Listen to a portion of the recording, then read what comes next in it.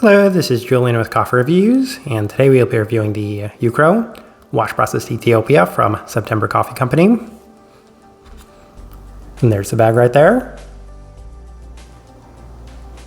And September, based out of Ottawa, Ontario. And this is part 2 of our 3-part September series, and their second ever appearance on this channel. And for anybody that did not catch part 1 of this series, then this is the coffee company of well-known coffee influencer Kyle Rossell. And Kyle himself did pick out the 3 coffees that are featured in this series. So I don't have too much to add to this intro. Let's jump right into the review, as this right here is day 43.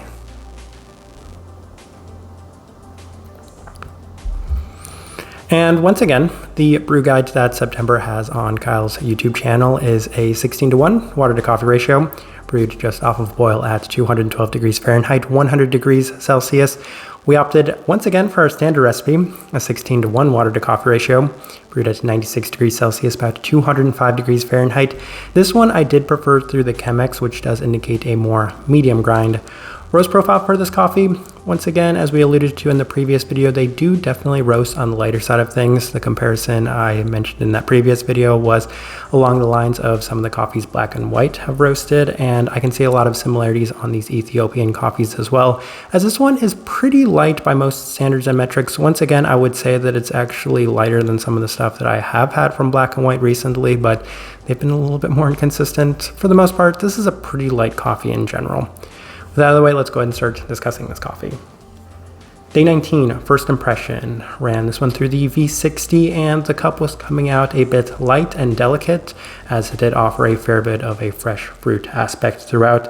Clean and moderately bright with a noticeable citric and tea-like aspect to the cup. Very much in line with the expectations for wash-processed Ethiopian coffees.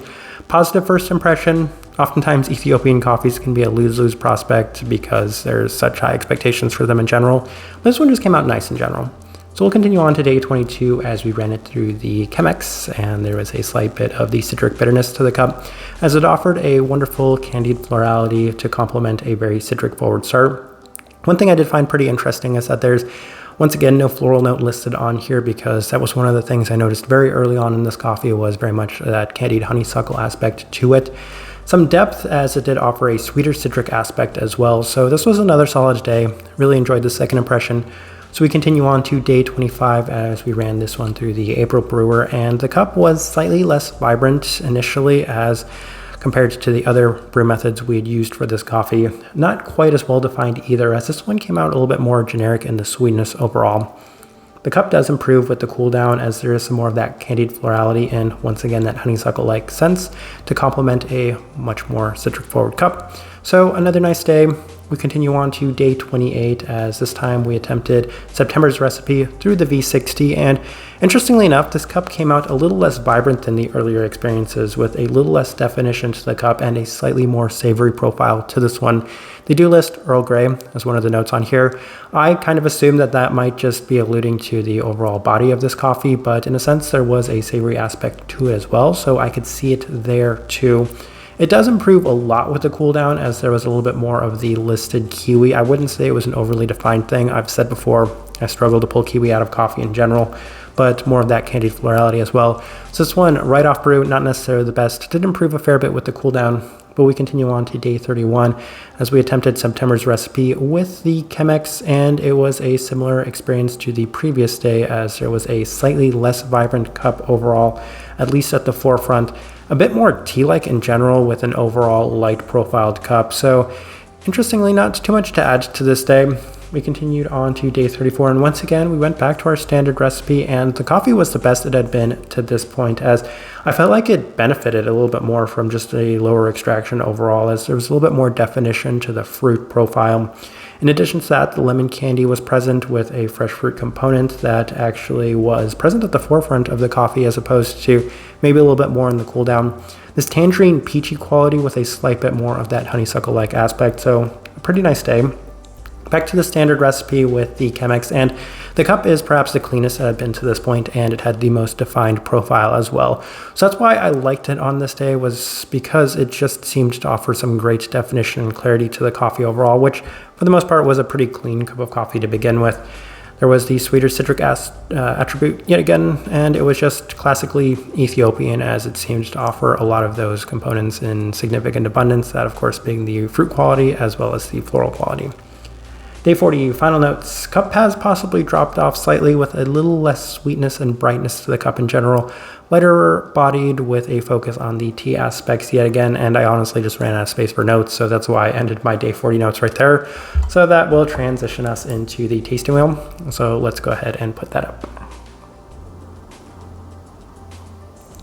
We have 4 level 4s.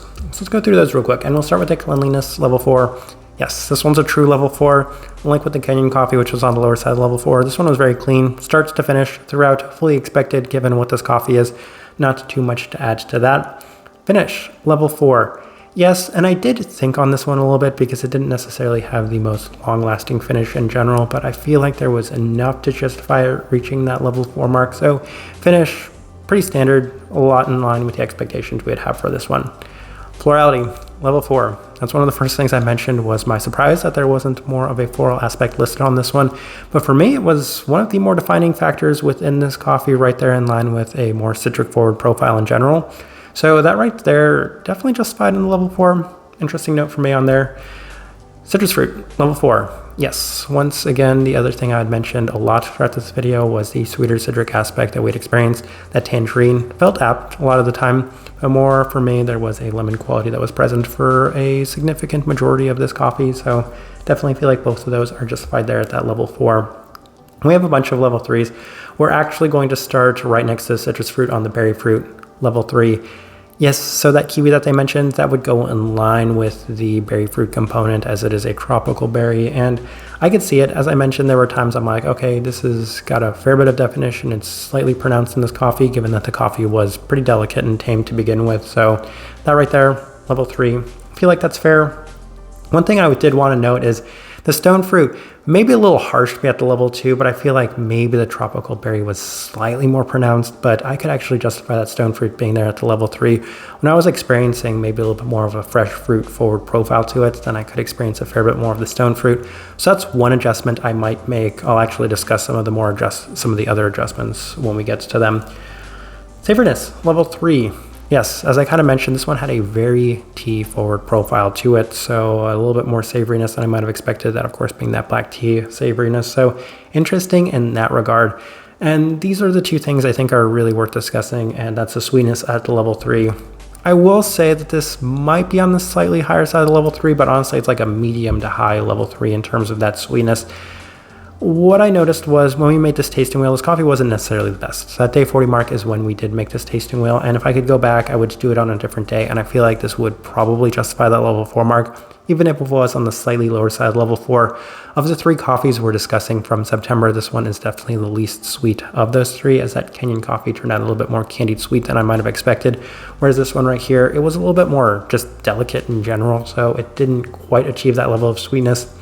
And the acidity is also interesting for me because once again, compared to the other coffees we're discussing from September, this one right here did not have the same level of brightness. So I was fully expecting this one to maybe reach that level 4 mark, and maybe on some of the earlier days when we were experiencing a little bit more of the brightness, maybe when we were pushing the extraction a little bit, could get a little bit more of the brightness. But I feel like based off where I settled on this coffee and based off of the time we made this tasting wheel, both these things are at a level 3, but they could be at a level 4, just like the stone fruit could be at a level 3 when this coffee was at its best. So when I was maybe a little generous with the Kenyan coffee we reviewed, I was a little bit more stingy with this one, and I was a little bit more strict. So this one right here, I did push those things down, but you can get them right and you can get them in a higher manner. And then the last thing worth discussing is the body, level 2. But I don't think that's a surprise to anybody, as this is a washed Ethiopian coffee and it is utilized with the Chemex. So of course you're going to be expecting a lighter body in general. Interestingly, lower side of level 2, definitely a pretty delicate cup in general.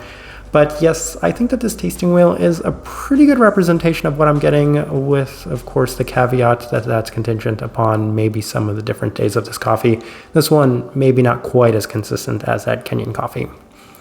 All right, so my overall thoughts and impressions of this coffee. So there's good and bad, and I'm going to start with the good. Once again, what I said with that Kenyan coffee still holds true to this one. If I didn't know better, I would say that September has been doing this for a very long time. I would say that this is a modern coffee roaster that's done a very good job of maintaining a very nice profile, because I do like the profile of their coffees. I said that last time, and the other thing I do like is, of course, the machine that they're using on this one, at least when they did for this coffee as well. So there's some really nice takeaways. And the negative, obviously, I've said before that it's really difficult to review wash processed Kenyan coffees, because unless there's something that just really absolutely blows you away, then for the most part, you're going to be like, or maybe wash processed Ethiopian coffees.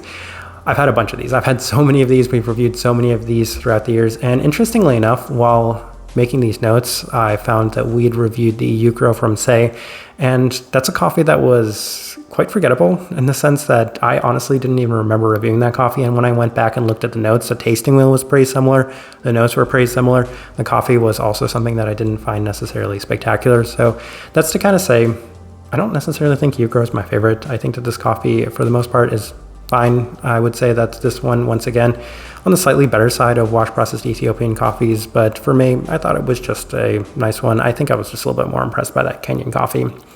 Type of person I would suggest this coffee to, once again, pointing towards the lighter profile, because as far as Canadian coffee roasters go, I don't think that there are too many that actually do roast along this profile. And I keep harping on and pushing towards this profile because I think it's a really nice profile in general. I just kind of like the lightness and delicacy of their coffees in general. This one right here was another example of that, as even if at times it might have been a little too delicate and tame for what I'm hoping from a washed Ethiopian coffee, it still had some really nice positives to it. That florality, when I was able to experience the peachiness, the fresh fruit qualities, those were all pretty nice. If I could have maybe gotten a little bit more sweetness from this one, then this one could have been a really nice Ethiopian coffee for me. But at that time, I kind of mentioned just a slight bit of inconsistency, a little bit more tricky to brew than some of the other coffees we had from September. I think I'll leave this review at that. If you by chance had an opportunity to try this coffee, I'd love to know your thoughts and impressions of it as well. If you're enjoying the content, give this video a like, subscribe if you're not already subscribed. This right here has been a review of the Yukro Wash Processed Ethiopia from September Coffee Company. Thank you for watching.